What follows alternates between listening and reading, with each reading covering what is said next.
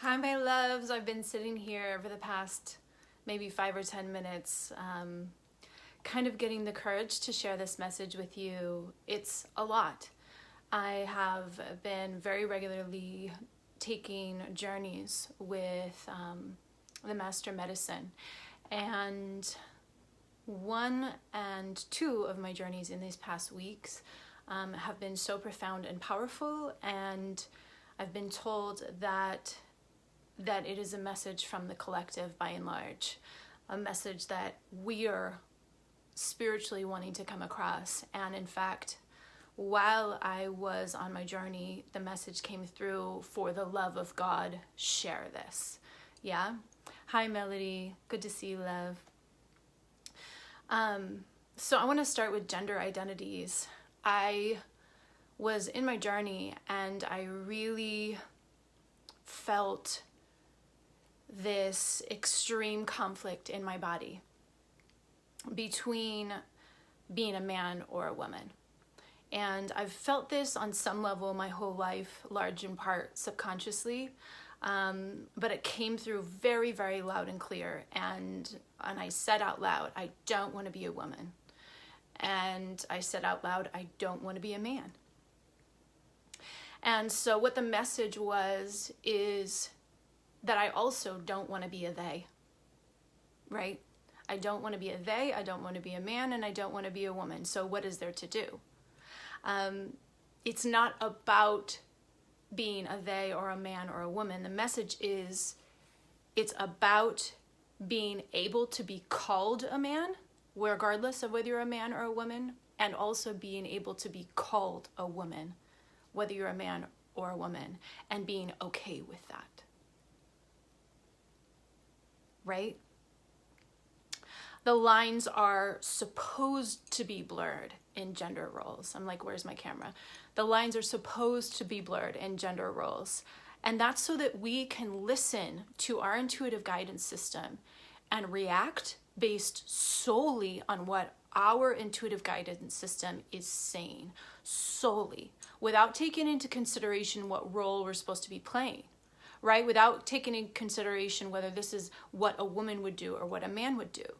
And the reason why we find ourselves constantly crossing our boundaries, our own boundaries, is because we're thinking in those terms. We're thinking in terms of, is this something I should or shouldn't do based on my gender role? When we need to only think of consensuality, consensual, within ourselves. Does this feel right within me? Not, is this something I'm supposed to say yes to as a woman? Or is this something I'm supposed to say yes to as a man? And we're supposed to do this 100% without shame. 100% without shame. So think into that. They're saying no more shame for not being one thing or the other. They're saying to stay within your personal boundaries. Don't take gender roles into consideration at all. Listen to me, at all. At all. If, let's say you're a man and you're really into this woman and there's a part of you that's like, well, I'm a man, I need to pursue her. I need to, do all these men things. And there's a part of you that's like, don't pursue her. You've got to listen to that part that says, don't. It doesn't mean it's going to be a don't forever, but it's certainly a don't for now, right? Let's say you're a woman and you want to pursue someone, right? And there's a part of you that's like, no, don't call him first, or don't be that person. That's not feminine. Don't listen to that voice at all, because that is not the voice of God.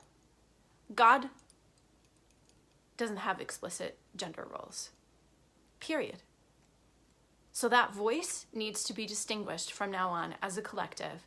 That voice that says that's not feminine, or that's not masculine, or that's not women enough, or that's not man enough, that is not the voice of God. And if you find that voice coming through your own speaking to someone else, cut it off. So I asked them about, they said, stop shaming yourself as a female for having masculine qualities, or as a male for having quote unquote feminine qualities. And they're like, no, really, stop. And personally, it surprises me so much how many spiritual people are still so ingrained in gender roles, including myself when I delved into my own psyche. You know what I'm saying? I mean, they're saying that they're not, the aspects that we have as individuals are not male or female aspects. They're our aspects. They're the aspects that we chose to take on. And they're saying the same thing for any other role. For the role of being someone that's older, or somebody, hi Mary, love you, or somebody that's younger, right? How many times have you said to your partner, oh my God, or a friend, grow the fuck up, right? Grow up. But what they're saying is we're not even to take these roles into ageism. That we're to look at that person, that friend, that loved one, that family member that we're wanting to grow up, or that person that's too mature, right? And you're like, lighten up. And we're wanting to look at them as who they are and accept them for who they are, right? And if that doesn't work for you and that's not workable in your relationship, that's one thing. But we're not to judge that at all. We're just to see them as representing aspects of the divine. It's not a you should be this or you should be that kind of scenario. So this is something personal. Sometimes I have, this tug of war inside of me, and I said it in the beginning, in this place where I don't feel feminine enough. And when I feel that way, sometimes I can project that to my beloved, right? Sometimes I can project that to the man in my life, to the main man in my life. And when I do project that, it looks like you're not man enough, right? So when I feel triggered around my own quote unquote lack of femininity, that's when I project my man to be not man enough. So we have to look for that, because here's why. My beloved doesn't need to be shamed for quote unquote not being fully and completely a man. Like, what the fuck,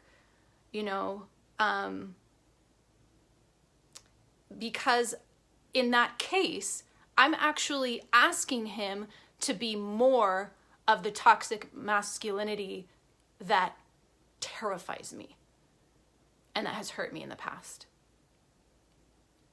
And it came up, the term toxic femininity came up as well. The term of us collecting toxicity in our body based on this overload of what we consider feminine qualities and our feeling of not being enough of that. Yeah? So they're saying just to watch out for too much one thing or the other, or too much the other thing or the other in our minds. Because the reality is we're not too much and we're not enough of one or the other. The reality is we're just who we are. Right? So just taking away that. They're saying men to men, specifically, protecting your woman is not about, puffing out your chest and being ready to die for her at any minute. They're saying that protecting your woman is about holding yourself. Like, holding yourself.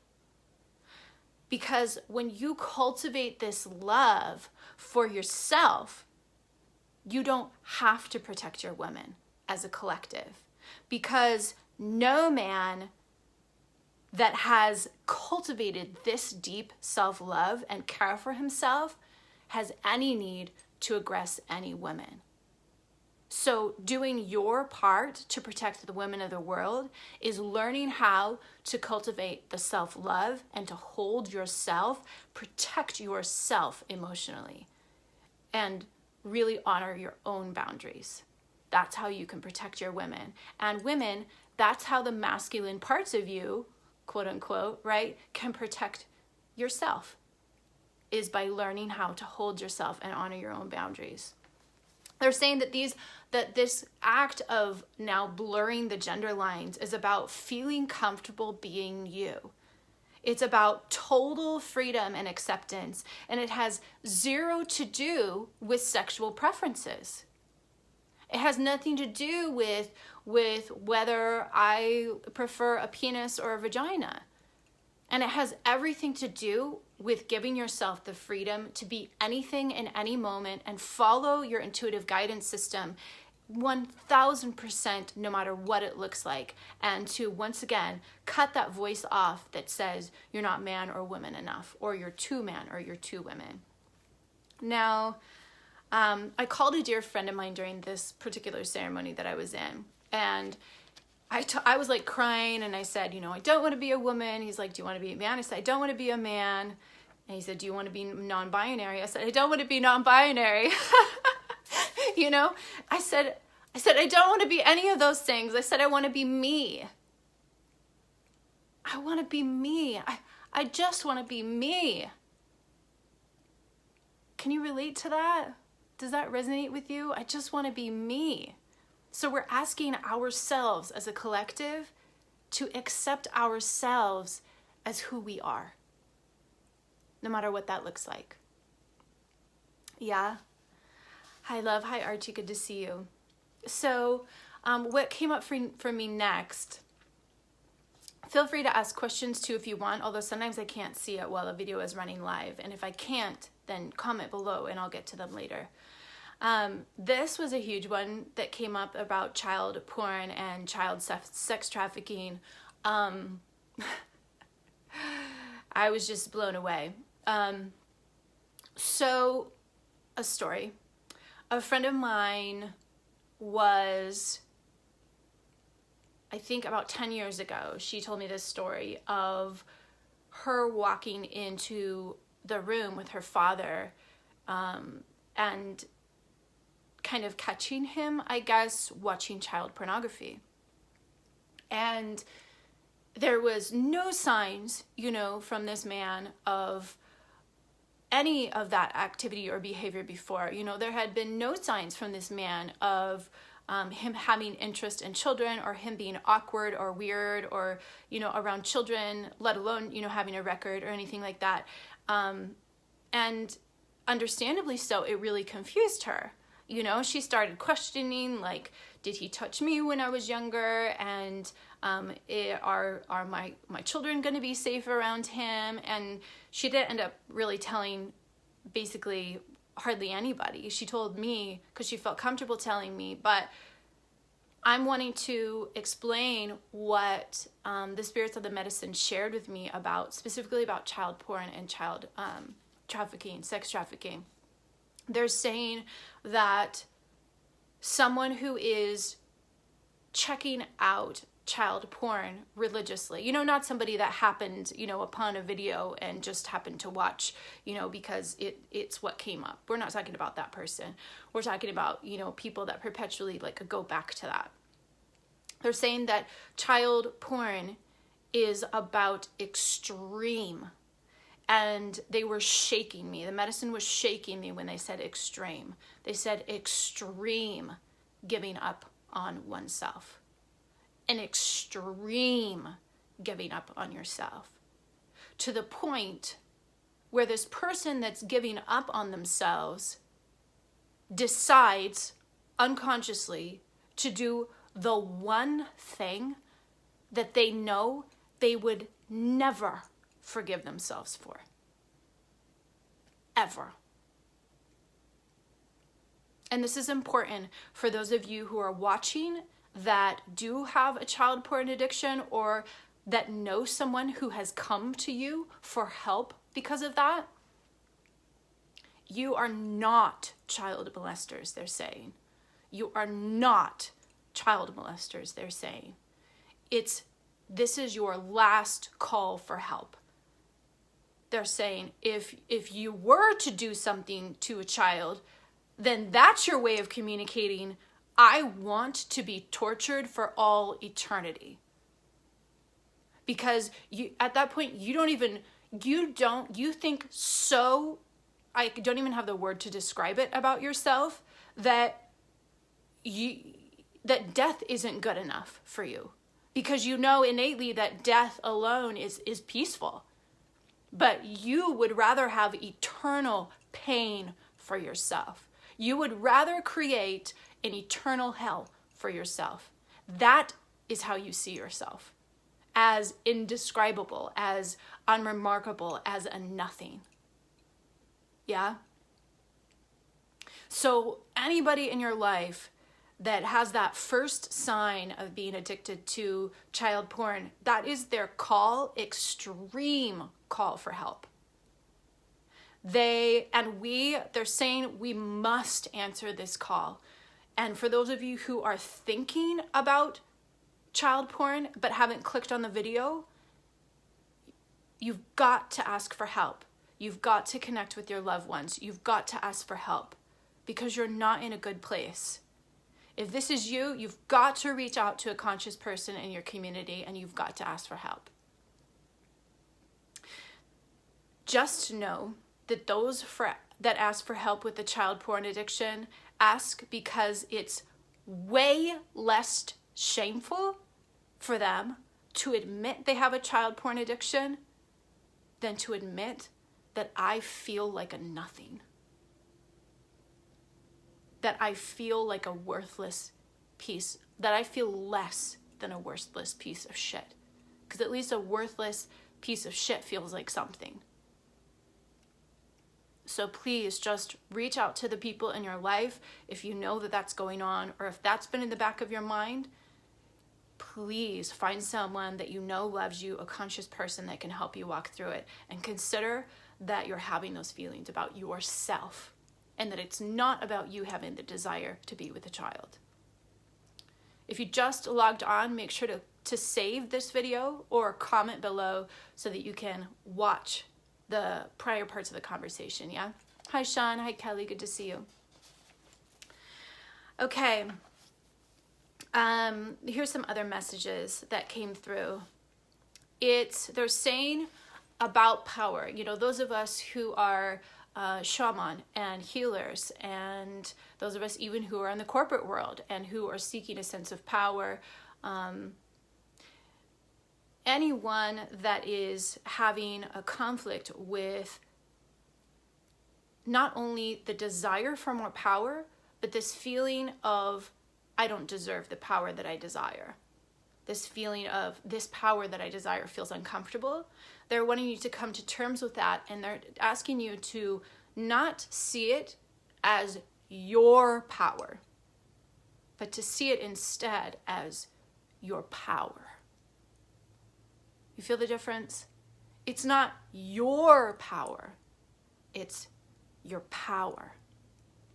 So to look and focus on the energy of the power itself without needing to own it. Yeah? They're talking about a lack of energy for those of you who have been feeling like unmotivated and uninspired. They're saying when you focus on the lack of the energy, it will never come. And most of us know this, right? But they're saying when you focus on anything that feels different, it will. If you focus on anything that feels different, it will. So if there's part of you that wants to eat, but you feel a lack of energy to eat, it's because you're thinking about eating the same things or preparing your meals in the same way. So if you were to just continue to sit there and allow yourself to think of how can my experience of eating or making food be different this time, within moments, as soon as you connect with that energy, you will feel energized enough to make yourself something to eat. Yeah, and that goes for anything. If you're feeling the same way about work, for instance, and you're like, God, I really don't want to work, I don't have the energy to work. If you ask yourself that question, how can I work differently today? It could be you could move to a different room to work. It could mean you could work from your phone instead of from your computer. It could mean I make myself some cacao before I work. It could mean I'm going to start with something I don't usually start with and finish with what I usually start with. When you ask yourself those questions of how can I do this differently, you'll once again feel universal life force and that energy, that prana coming through you to help you and motivate you, inspire you to flow through with that action.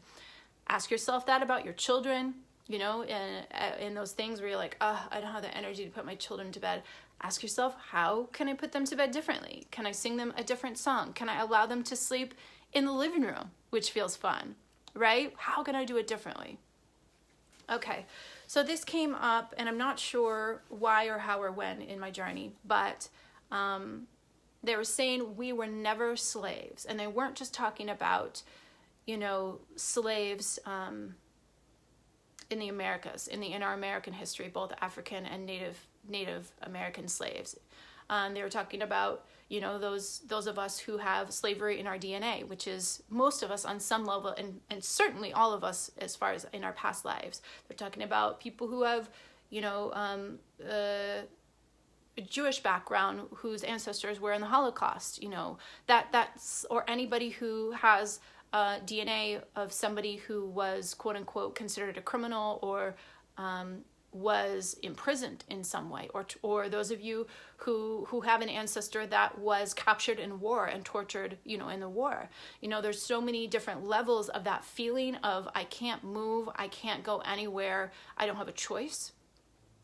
And they're not saying that that's okay. Just they're not saying that it's that you need to see it as okay, right?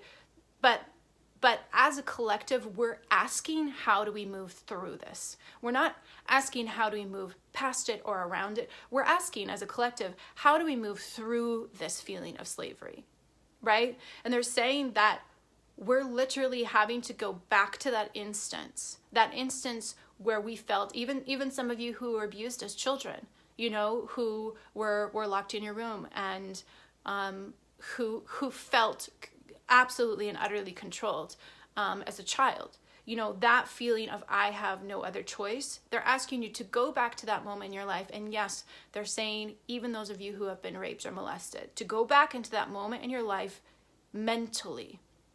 And this is for your own benefit, right? This is not for your quote unquote perpetrator's benefit. This is for your own benefit so that you can once again experience freedom on that level. They're asking you to go back to that moment. And if you know that it was your ancestors that were enslaved, go back to that moment, like embody your ancestors. And you're to look into the eyes of your perpetrator and you're to say, whoever it was, let's say for the sake of being a little bit lighter, let's say it was your parents. And you're to look into that moment where you felt like they took every choice away from you. And you're to look into their eyes and you're to say, I chose to have you take my choice away. I chose, if it was a physical abuse, if it was torture, if it was a threat of death, you look into their eyes energetically and you say, I chose to have you threaten me. I chose to have you torture me. And it's the only way to reclaim your power when you look into your perpetrator's face and you tell them, I chose this. I'm choosing this. It's just a psychological trick. It doesn't have to mean that you have to fully embody that, but just take it on and try it. Especially if there's something going on in your life now where you feel entrapped or enslaved around. Especially if you feel like, let's say, trapped in your job. You know, look into your boss's eyes that makes you work overtime, that doesn't give you a raise, that doesn't give you benefits, and look at him.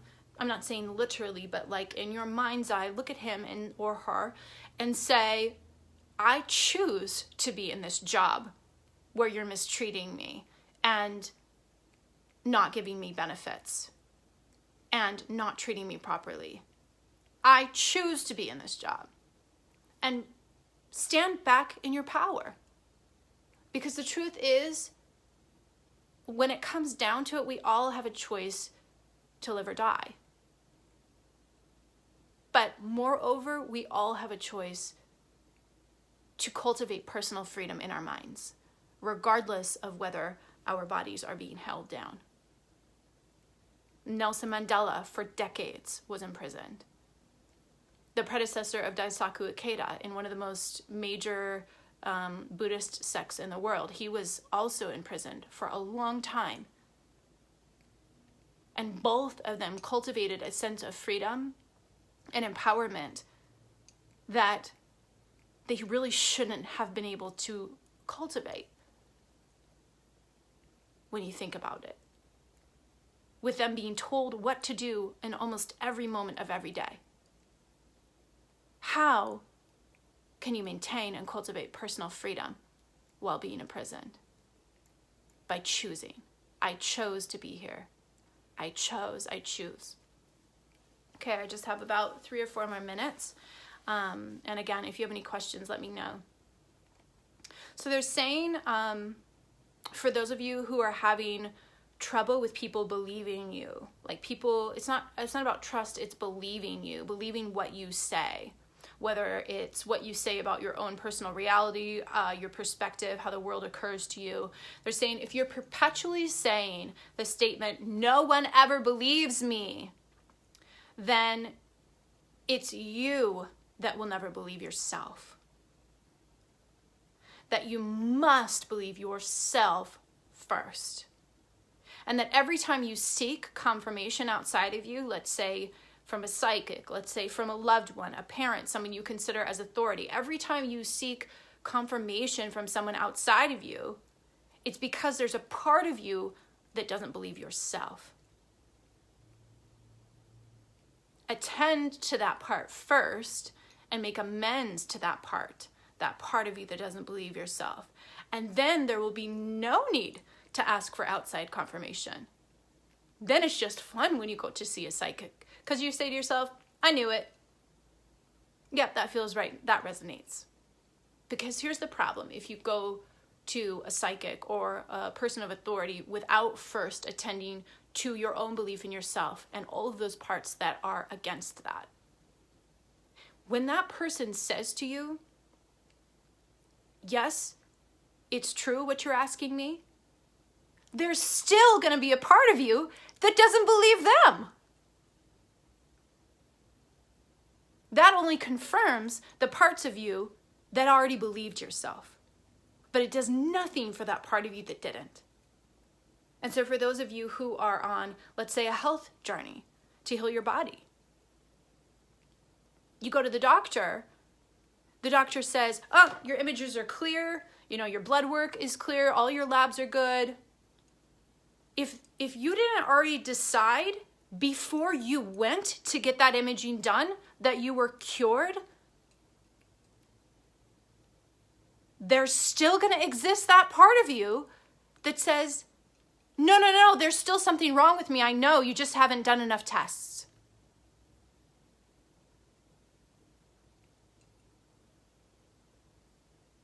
Yeah. This is the last thing, and then I'm going to close out. So some of us are saying are unaware of the traumas that we've experienced in heartache, that we've built such a huge wall over our heart that we look to do anything in order to keep someone from loving us. So unconsciously, what that looks like is making yourself unconsciously unattractive. Like unconsciously doing things towards your partner or towards someone that you are interested in that you know are unattractive. Self-sabotage, right? They're saying that you're making yourself sick.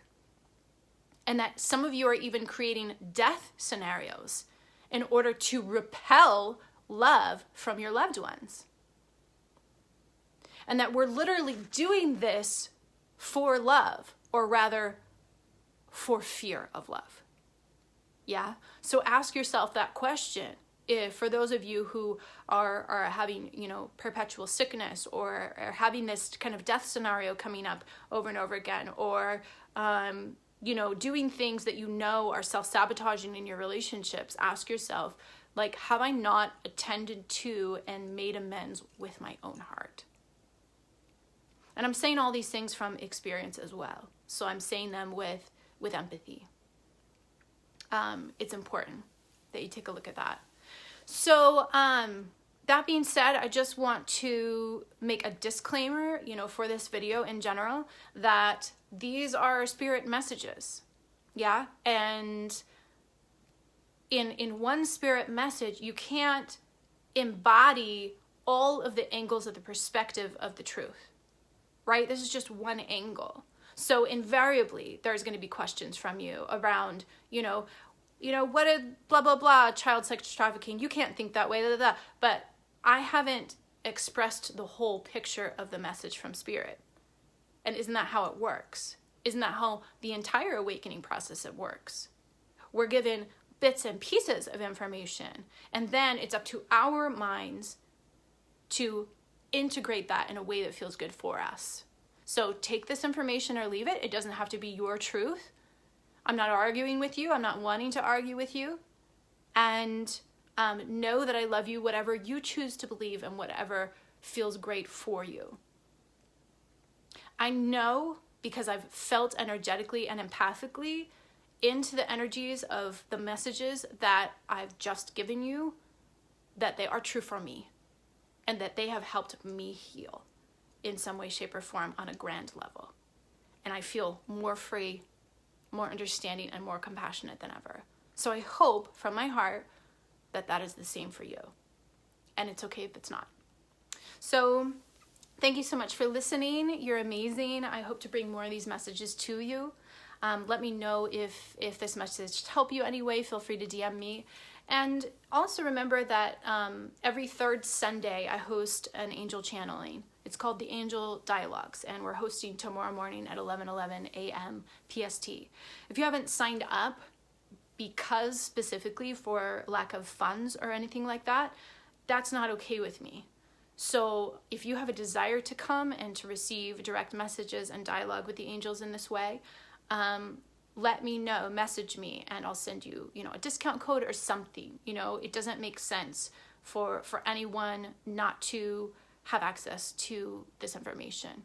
All right? I love you so much. You're amazing, and you're doing a great job at life. Mwah.